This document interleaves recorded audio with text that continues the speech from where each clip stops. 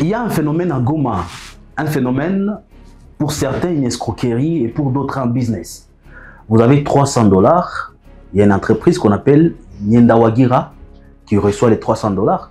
3 mois après, vous venez prendre 1200 $ ou 1500.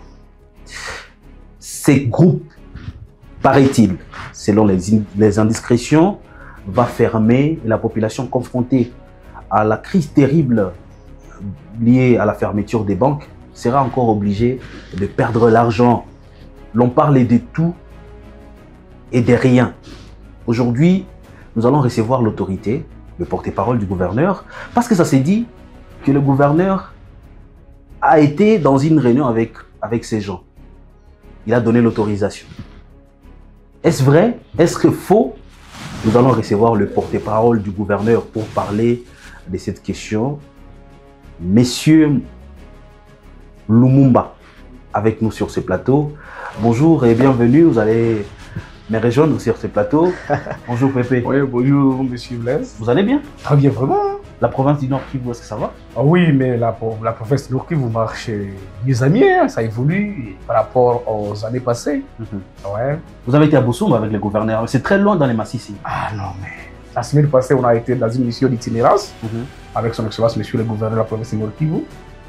Et nous avons visité beaucoup de localités, beaucoup de villages. Nous avons constaté la sécurité qui est là. Le développement déjà, il y a des routes qui sont en train d'être construites. Donc à Massissi, route et sécurité, ça va? Oui, route et sécurité, non, on ne peut plus en parler. En tout cas, c'est une réalité qui est déjà là. Il est retourné? Les retournés, oui, les déplacés, ils sont déjà là. Vous voyez, nous étions déjà dans les camps de déplacés à Goma, mais les camps ne sont plus là, les camps n'existent plus. Ils sont déjà chez eux, ils sont en train, certains sont en train de cultiver déjà, et d'autres sont en train de élever des vaches. Et c'est la vie. Je suis très heureux de vous recevoir cette vidéo. C'est plutôt moi qui suis. Surtout comme porte-parole du gouverneur. Merci beaucoup, monsieur. Bienvenue, Pépé. Merci beaucoup. Très bien.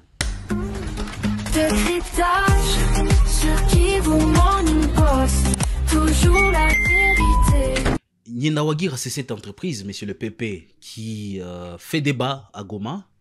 Paraît-il, ils ont été chez le gouverneur pour des civilités, pour... Qu'est-ce que vous avez parlé avec ces gens exactement? Non, mais il faut commencer par préciser d'abord. Et Nyendawagira, c'est un établissement qui fonctionne depuis longtemps, depuis 2021 à Goma. Dans une des églises d'ici, comme des trucs d'avec quoi, avec des ristournes. Mais depuis le 6 septembre 2024, cet établissement avait reçu le numéro national d'identification. Pendant que l'M23 n'était pas encore là. Non, nous n'étions pas encore là. C'était le régime de Félix Tshisekedi, le régime faiblard de Félix Tshisekedi, qui avait donné le RCSN à cet établissement et qui avait donné aussi le numéro national d'identification. L'M23 n'était pas là. On n'était pas encore à Goma. Nous sommes arrivés à Goma, c'était le 26 janvier 2025 dans la nuit. C'était un certain dimanche. Mais je dois vous le dire, cet établissement travaillait déjà. Et il occupait déjà, il louait l'immeuble de M. Seninga, de Ndosho, qui fonctionnait normalement. Et le gouverneur, monsieur le gouverneur... Ils sont juste logés dans les bâtiments. Dans les bâtiments de monsieur l'honorable Seninga. Et cet établissement est connu à Goma et il travaillait bien. Ce n'est pas que c'est l'AFC M23 qui l'a autorisé de travailler, non, mais c'est faux. Mais dans cette rencontre que vous avez eue, parce qu'il y a des images qui ont circulé, d'ailleurs, un grand reportage de la cellule de communication du gouverneur, vous avez parlé de quoi exactement? Pourquoi vous avez appelé cette entreprise? Non, mais maintenant le gouverneur de province, dans sa politique de la gouvernance de proximité, se sont rendu compte qu'il y a un établissement qui travaille de cette manière, mais s'est dit non, ça risque fort. Je dois les appeler d'abord chez moi pour que je sache s'ils travaillent comment, leur mode de travail, leur mode de fonctionnement. Parce que c'est une question sensible liée à l'argent. Et c'est comme ça qu'ils ont été reçus au gouvernorat. Ils se sont expliqués, ils ont parlé de leur capital, de leur chiffre d'affaires. Et comment est-ce qu'ils procèdent? Nous avons constaté qu'ils ont les statuts, ils ont le règlement d'ordre intérieur, qu'ils ont tous les documents nécessaires pour travailler. Et effectivement, mais les gouverneurs des provinces se disent, mais est-ce que vous ne voyez pas que vous pouvez avoir certaines difficultés avec votre mode de fonctionnement? Ils ont dit non, mais non, ça c'est le responsable lui-même, le Joseph, qui avait dit non, nous contrôlons tout. Et pour décrocher même ces documents à Kinshasa, nous avions tout expliqué, donc il y avait une confiance. Vous comprenez? Nous, l'AFC M23, on ne peut pas venir pour fermer les portes des gens, non. Les commerçants. Si une entreprise est reconnue comme entreprise par Kinshasa. Mais pourquoi fermer ces portes? Mais pourquoi les faire? Non. Nous ne sommes pas venus pour fermer les portes des commerçants ou des entrepreneurs ou des businessmen. Non, on ne peut pas les faire. C'est parce que nous sommes le respectueux des textes.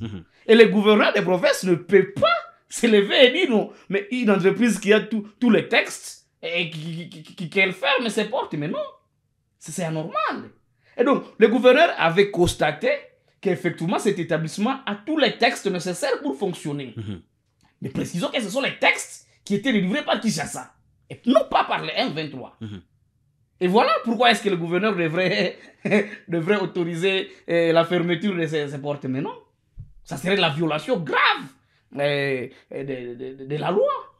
Et nous, en tant que mouvement responsable ou respectueux des textes, on ne peut pas commettre cette erreur. Est-ce que c'est une entreprise que nous avons héritée de Tshisekedi? On peut dire ça de cette façon. Mais oui, je vous l'ai dit. Cette entreprise fonctionne à Goma depuis 2021. Et en 2021, nous, on n'était pas à Goma.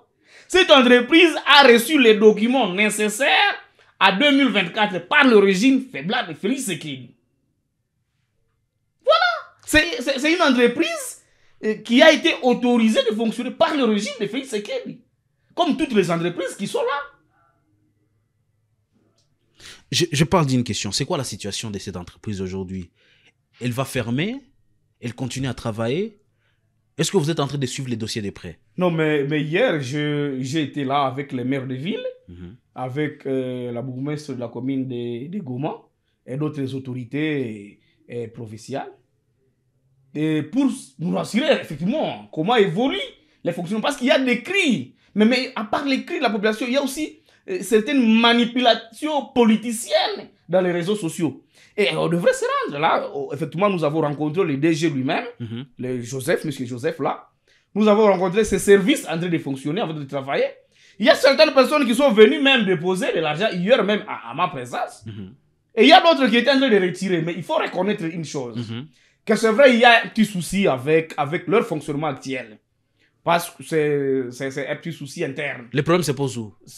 Il se pourrait qu'entre eux, il y a eu une division où certains voulaient aller ouvrir d'autres portes ailleurs. Et voilà, donc il y a eu des mesures disciplinaires entre eux, entre les membres du comité de gestion quoi, de cette entreprise. Et voilà pourquoi est-ce qu'il y a eu des petits couacs entre eux. Mais il faut reconnaître que le responsable, le patron de cette entreprise, lui-même hier, devant d'autres membres, il a dit, je répète, moi je cite ce qu'il a dit, avant la fin du mois d'octobre, tout sera réglé. Ça, ce sont ses paroles. Et les vidéos existent, et les vidéos sont là. Parce qu'on y était avec la cellule de communication de la province. Et donc, nous sommes partis, nous avons constaté, et nous rassurer si réellement la population ne sera pas victime dans ces affaires. Parce qu'avant tout, nous avons le devoir de protéger la population. Vous voyez. Tshisekedi a fermé les banques à Goma. Depuis la prise de la ville, c'est l'argent des contribuables qui se retrouve dans les banques, l'argent de la population. Aujourd'hui, une entreprise qui a reçu les documents de pouvoir de Kinshasa qui risque de créer un problème dans des zones. Mais qu'est-ce qu'il cherche? Mais c'est ce que je vous ai dit. Il y a beaucoup de problèmes. Des problèmes que nous avons hérités. Les problèmes créés par Félix Tshisekedi. Mais nous n'allons pas rester là en train d'observer ces problèmes. Nous devons les résoudre. Et voilà pourquoi est-ce que son excellence, monsieur le gouverneur, a dépêché une équipe là-bas. Pour aller voir c'est quoi les problèmes et comment résoudre. La première des choses, c'est que le DG, contrairement à ce qui se disait dans les réseaux sociaux, que le patron de cette entreprise a fui la ville, non. Il est là, ça c'est la première des choses.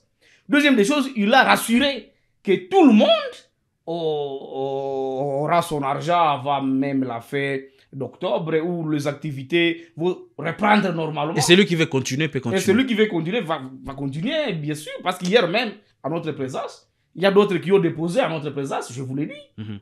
Et donc, à un certain moment, il y a une sorte de la campagne des propagandistes de Félix Tshisekedi qui est en train de se mener dans les réseaux sociaux, juste pour vouloir salir l'image du mouvement de l'AFC M23. Pourtant, les autorités de l'AFC M23 ne sont ni de près ni de loin impliquées dans le fonctionnement de cette entreprise. Vous voyez, c'est au fait ça. Mais nous devons reconnaître une chose. Ils ont un règlement d'ordre intérieur. Et donc, quand vous entrez, avant d'entrer ou de devenir membre de cette entreprise, vous êtes appelé à lire le règlement d'ordre intérieur, à lire les statuts. Vous devez avoir tous les éléments nécessaires, savoir quelles sont les conditions pour adhérer et comment, si vous voulez sortir, vous voulez vous désengager de cette entreprise, comment faire. Et ça ne nous concerne pas, ça concerne le membre ainsi que cette entreprise. Mais nous, maintenant, en tant que l'AFC M23 ou les autorités, nous devons nous rassurer que la population ne sera pas victime de ça. Parce que nous avons le mandat, le rôle de protéger la population. Qu'est-ce que vous allez faire pour protéger l'argent de la population? C'est l'épée d'argent qui restait entre les mains de la population. Effectivement, ce sont les mesures qui sont en train d'être prises maintenant au niveau de la province, par le gouvernement provincial, pour voir comment est-ce que la population ne va pas tomber victime. Mais au moins, je dois vous le dire que le DG lui-même nous a rassuré qu'avant-hier, ils étaient en réunion avec toute l'équipe, son staff. Et ils ont pris certaines décisions aussi entre eux là-bas. Et ils pensent que ces décisions-là vont sauver la chose, quoi. Et nous avons pris acte de ça. Et nous suivons la question de près. Le gouverneur ne peut pas laisser que la population soit victime de ça. Est-ce que ces gens ne vont pas fuir? Mais non, mais je vous dis qu'ils sont là, ils sont en ville. Ils sont en ville, ils ne vont pas fuir. Ils vont fuir comment? Mais non, ils sont là. Nous sommes en train de suivre la question de près. Le gouverneur ne peut pas dormir tant que sa population n'est pas satisfaite. Et donc, il est en train de suivre la question de près. Et croyez-moi, je vais être rassuré. Oui, mais je vous dis que le gouverneur est en train de suivre la question de près. Soyez rassurés que les mesures, certaines mesures seront prises, bien sûr, mais qui ne doivent pas être communiquées à ce moment. Une confidence. Ah oui, mais... Apparemment, après la réunion tenue au gouvernorat, il y a un fonds de sécurité, d'assurance qui a été déposé à la CADECO par l'entreprise. Ce n'est pas un secret. C'est la taxe. Mais toutes les entreprises paient des taxes. Mais aussi, les gouverneurs devaient s'y rassurer. Est-ce que réellement, ces gens ici ne vont pas tomber à faillite demain ou après-demain? Mais on doit avoir quelque chose. C'était combien comme montant? Mais ça, je ne vous le dirai pas. Ça, je ne suis pas appelé à vous le dire ici. On a dit gouverneur. Mais il y a un montant qui a été déposé à la CADECO, ça c'est vrai, parce que ce n'est pas un secret. C'était dit d'ailleurs, même dans la vidéo. Oui, mais c'est vrai, c'est normal. C'était pourquoi? Mais la première des choses, c'est que... Mais ils sont en train de travailler sur les sols de l'État, non? Et nous, en tant que mouvement, nous devons nous rassurer que la population ne sera pas victime de ça. Et donc, on doit tout faire pour qu'ils aient quelque chose, la CADECO. Et parce qu'ils peuvent, oui, demain ou après-demain, c'est normal, ce sont les affaires, c'est le commerce, c'est le business. On peut à tout moment, vous savez, soit bénéficier, soit perdre. Mais il faut qu'il y ait quelque chose de gage ou qu'il y ait quelque chose de... de garantie. Oui, de garantie. Effectivement, ça est là. Très bien. Vous allez vous adresser aux victimes ou à la population, à ceux qui ont fait confiance à cette entreprise comme autorité provinciale. Ce qui est sûr, c'est que je parle en tant que porte-parole du gouverneur de province, son Excellence Bahati Musanga Erasto.